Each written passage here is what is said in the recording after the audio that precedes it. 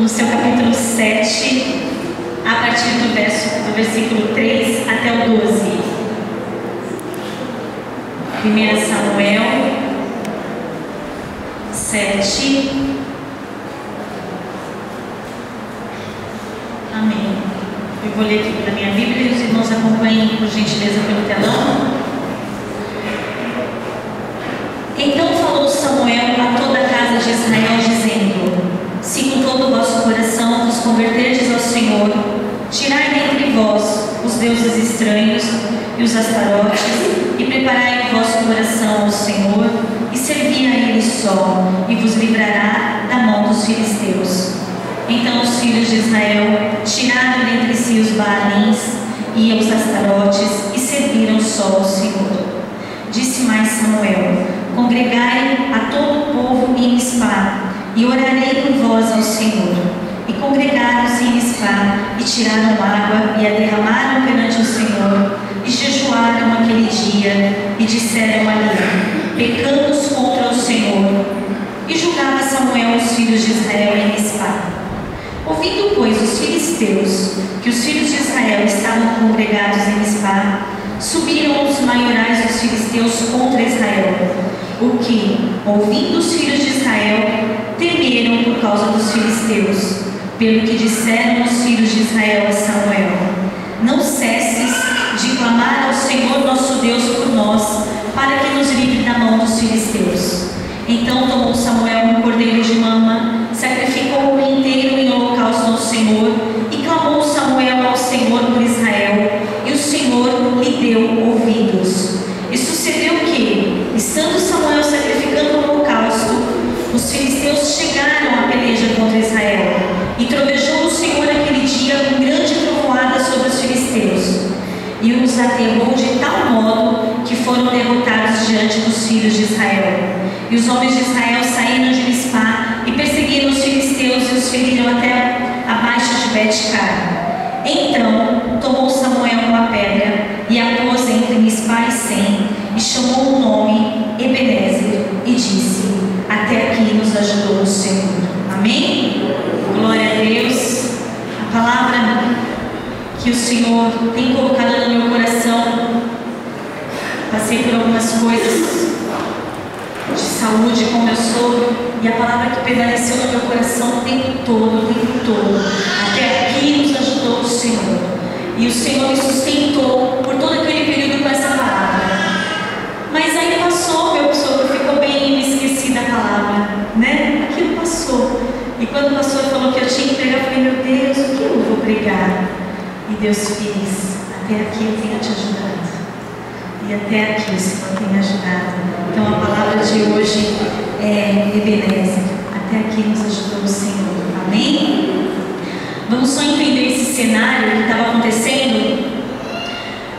O ciclo do povo de Israel, já até falei aqui uma vez em pregação, é um ciclo, assim, na verdade naquele momento eles estavam vivendo um período de decadência espiritual, um momento muito forte de idolatria.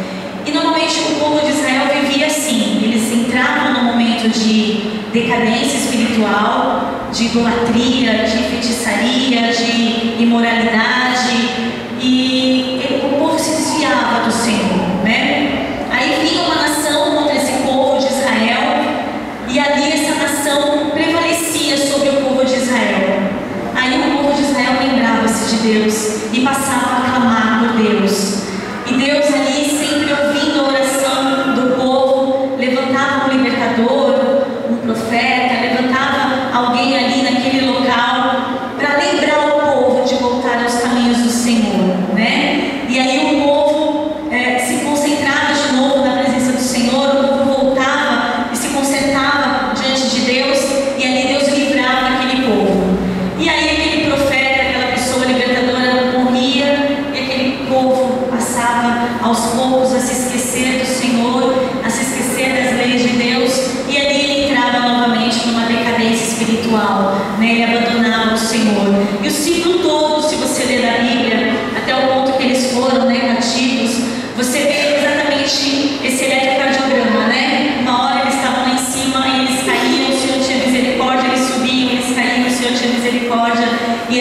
assim todo o ciclo que o povo de Israel viveu pela Bíblia. E nesse momento eles estavam na parte de decadência espiritual. E quando a gente volta lá em 1 Samuel capítulo 4, no versículo 1, nós vemos que os israelitas se colocaram para pelejar contra os filisteus num local chamado Ebenezer. Ebenezer significa pedra de ajuda, pedra de auxílio, pedra de socorro, né? Pedra é uma coisa forte, e ali tinha um socorro, um auxílio. E foi exatamente num lugar chamado Ebenezer que os filisteus abateram, né? Numa batalha, 4.000 homens israelitas. Então os israelitas ali perderam a batalha para os filisteus. E o povo israelita chega diante dos anciãos e fala: não entendemos. Por que aconteceu isso conosco? Nós não estamos entendendo. Por que nós perdemos essa batalha? E eles tiveram, né, naquele momento, uma brilhante ideia. Eles resolveram trazer a arca do Senhor, que estava em Siló, e trazer a arca para o meio deles, dizendo: o Senhor irá no meio de nós. Então nós vamos usar a arca, né, e nós vamos vencer os filisteus. Amém. A ideia não foi ruim, não. A ideia até que, se a gente pensar, foi uma má ideia. Só que nesse mesmo capítulo, versículo 3, se eu não estiver errado, está escrito que o Senhor habita entre os querubins. O Senhor é santo. O Senhor, Ele zela pelo nome dEle. Ele zela pela glória dEle. E aí, os israelitas se alegraram, se jubilaram, né? O Senhor está no meio do povo, e os filisteus, ouvindo aquele brado de júbilo, né, de alegria, ficaram sabendo que os israelitas estavam ali com a arca no meio deles. E os filisteus, diz a palavra do Senhor, os filisteus temeram e disseram: ai de nós, porque o Deus deles está no meio deles. Aí eu fiquei pensando: nossa, que interessante, né?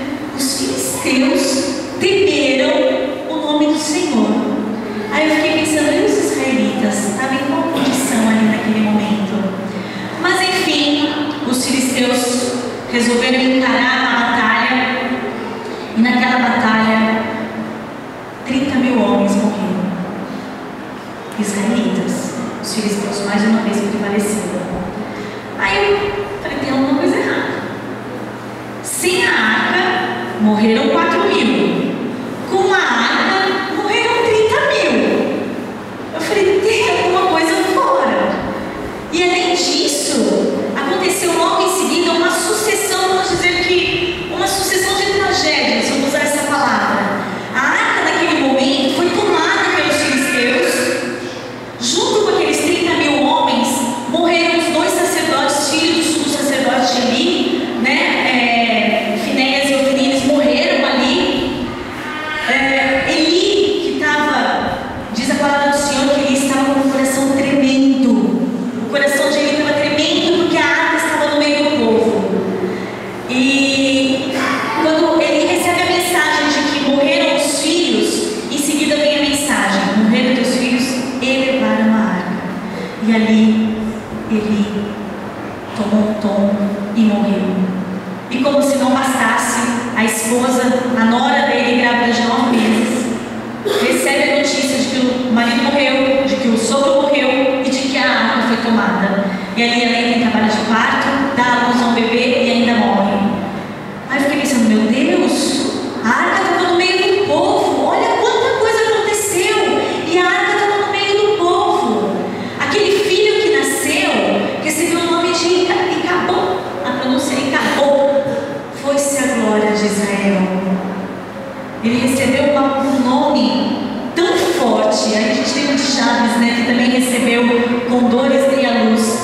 Mas a gente sabe na Bíblia que Jabes era o mais ilustre entre os irmãos dele, e ele fez uma oração ali, diz a palavra que a oração dele foi respondida. Mas Icabod, a única coisa que eu achei na Bíblia, que eu localizei, é uma citação dele, mas falando do irmão dele: fulano de tal, irmão de Icabod.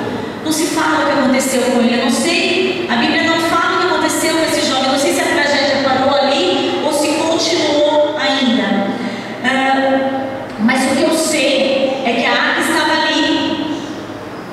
algo aconteceu.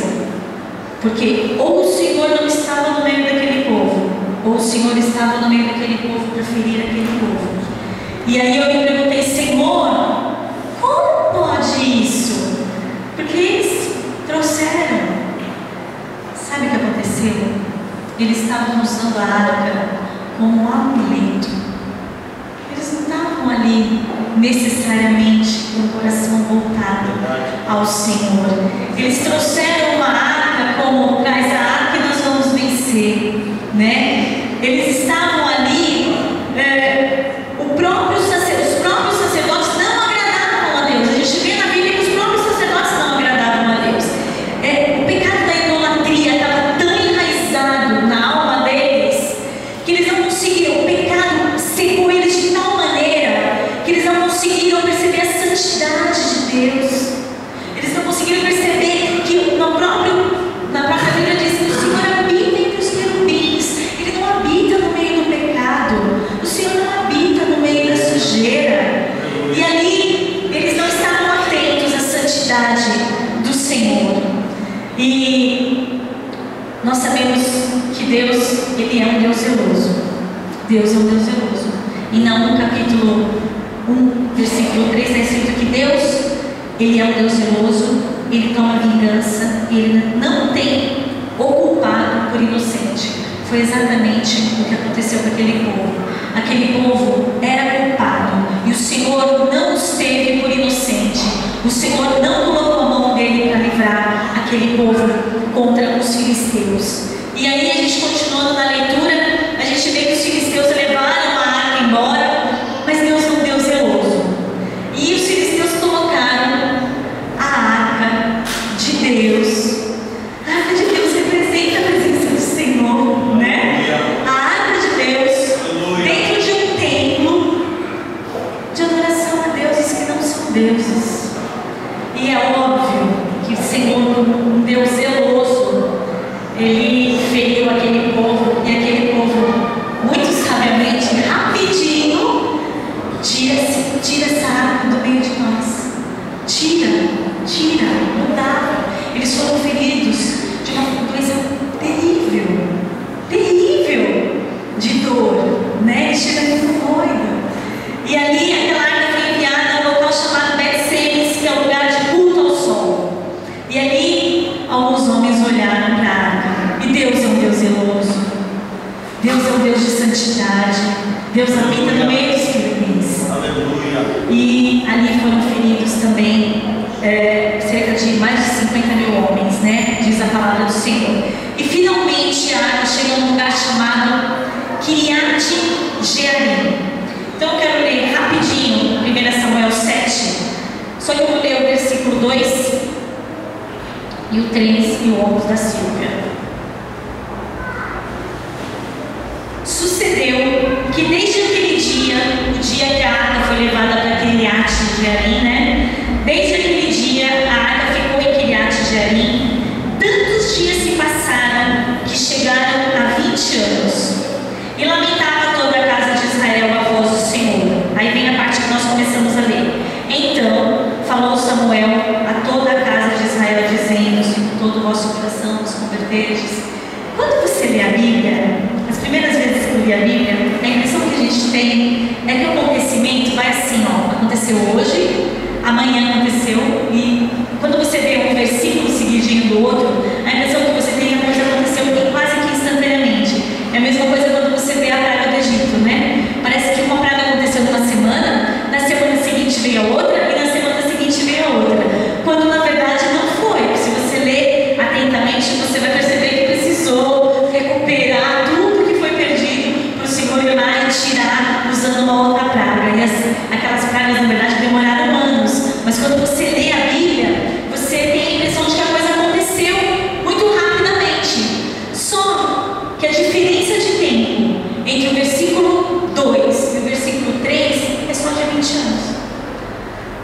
É como se tivesse escrito o versículo 2, pausa por 20 anos, vamos escrever o versículo 3, né? E aí eu fico pensando realmente que a palavra do Senhor, ela tem detalhes tão preciosos, tão formidáveis.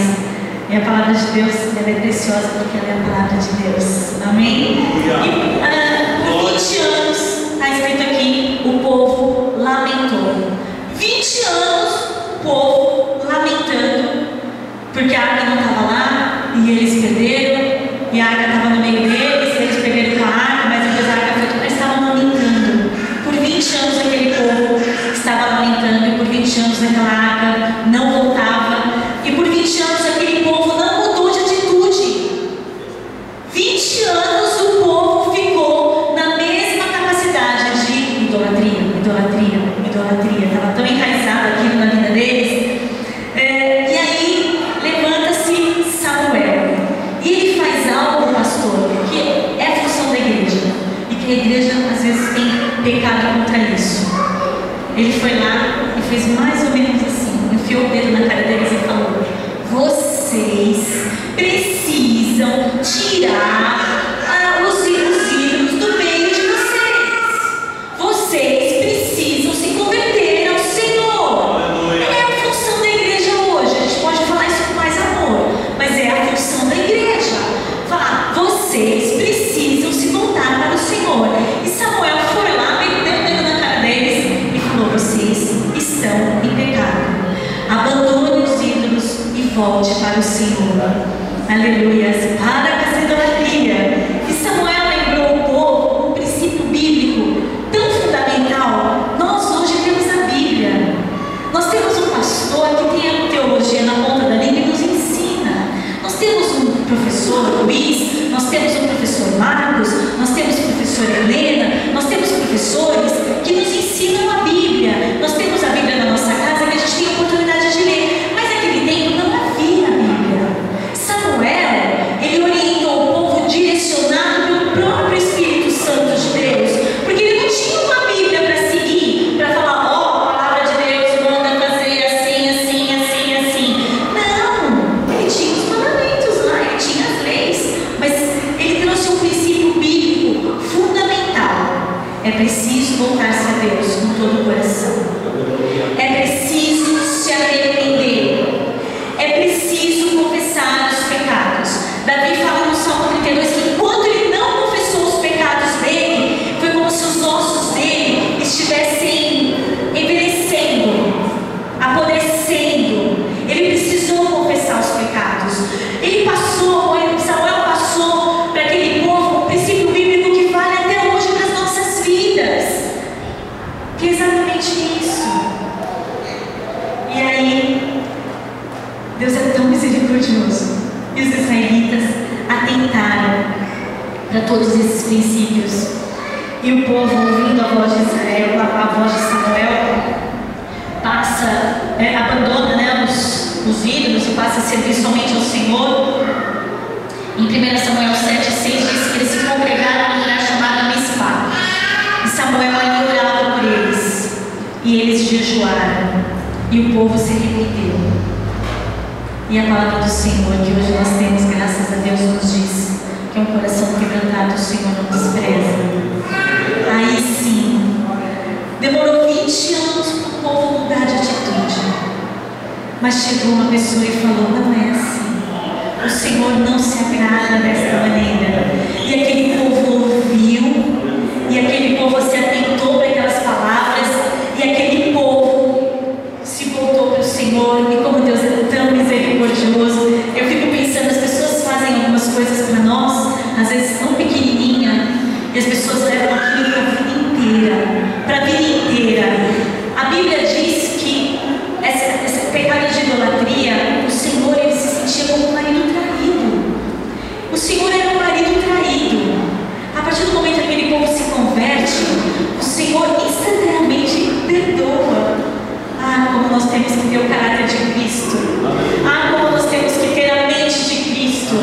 Porque a gente tem que se lembrar disso, que a gente erra e peca toda hora, toda hora, toda hora, toda hora. E toda hora a gente chega no Senhor e fala: perdoa, Senhor. E o Senhor fala: perdoa, filha. Aí teu irmão sem querer pisa no dedinho na mão encravado, e você passa a vida inteira odiando aquele irmão, meu Deus. Tem de misericórdia, Senhor. Nós precisamos ter o caráter do Senhor Jesus e a mente de Deus. Aleluia. E notem bem que Samuel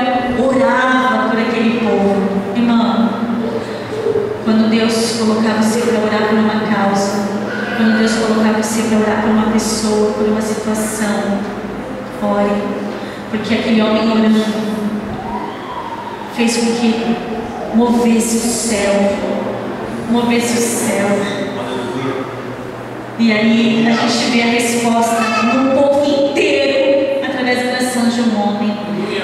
E nós estamos aqui hoje, clamamos pela Rúbia, nós estamos aqui sempre clamando por vidas, e o Senhor tem se alegrado, o Senhor tem ouvido, porque nós temos visto que o Senhor tem respondido a oração deste lugar.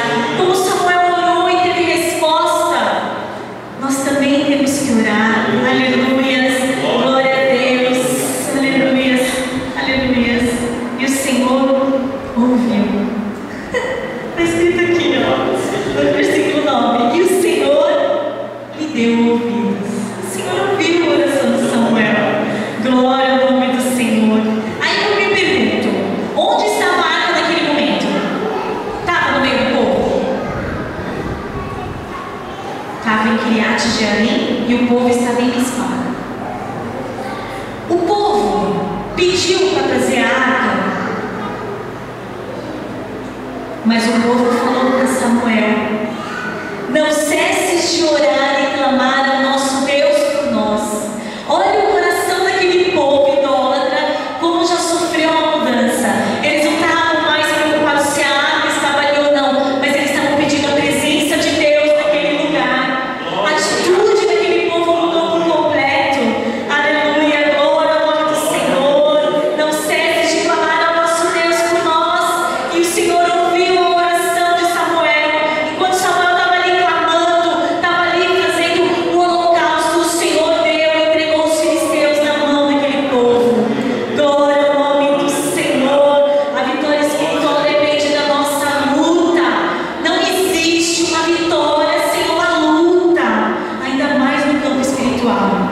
Se nessa terra já não existe, ainda mais no campo espiritual. Aleluias.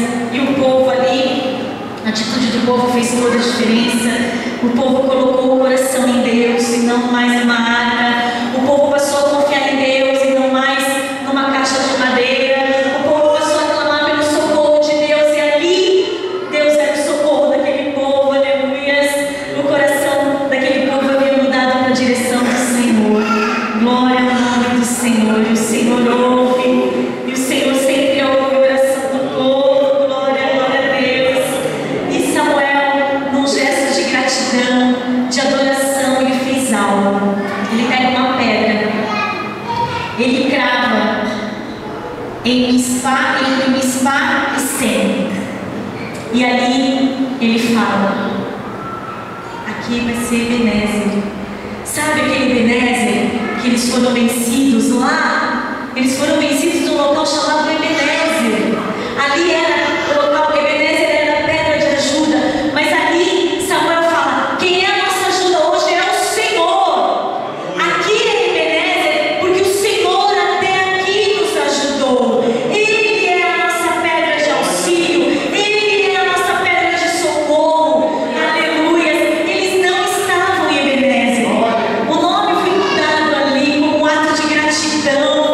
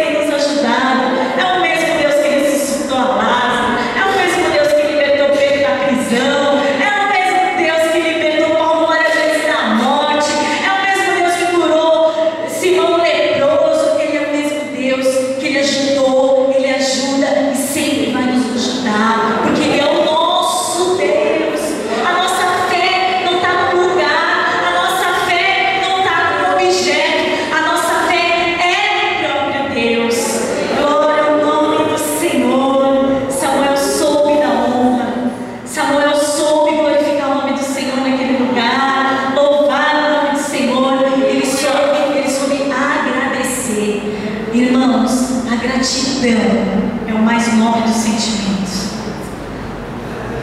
Eu ouvi um testemunho que a pessoa falava assim: Jesus já fez tudo por mim. Ah, quem dera todo mundo fosse grato pelo que Jesus já fez por nós. Ah, quem dera, esse mundo não seria o mesmo.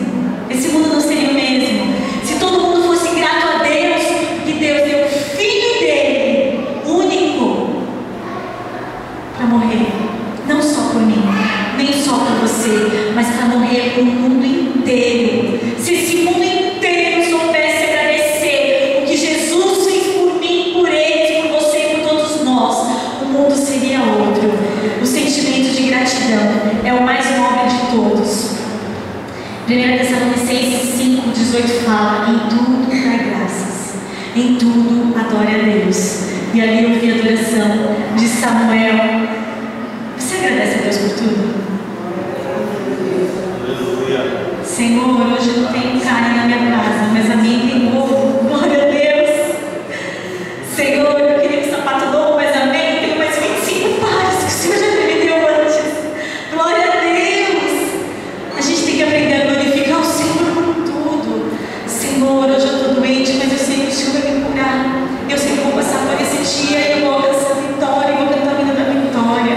Em tudo nós temos que agradecer ao Senhor, porque como eu ouvi naquela pregação, Ele já fez tudo. Ele já fez tudo por nós. Aleluias. E a gente tem muita facilidade para ser grato a Deus no momento que nós estamos bem. É fácil agradecer a Deus, né? Senhor, obrigada pela fartura da minha casa. Obrigado porque eu tenho um marido maravilhoso, lindo e fiel. Obrigada porque minhas filhas são saudáveis. Amém. Obrigada mesmo. Glória a Deus por tudo isso. Amém, amém, amém. Amém. Mas será que eu e você conseguimos ser gratos a Deus quando nós estamos num momento de aflição? Será que o povo de Deus consegue? Jó agradeceu. Jó agradeceu. Jó, que era riquíssimo, perdeu toda a fazenda dele, tudo que ele tinha ele perdeu. Ele perdeu 7 filhos.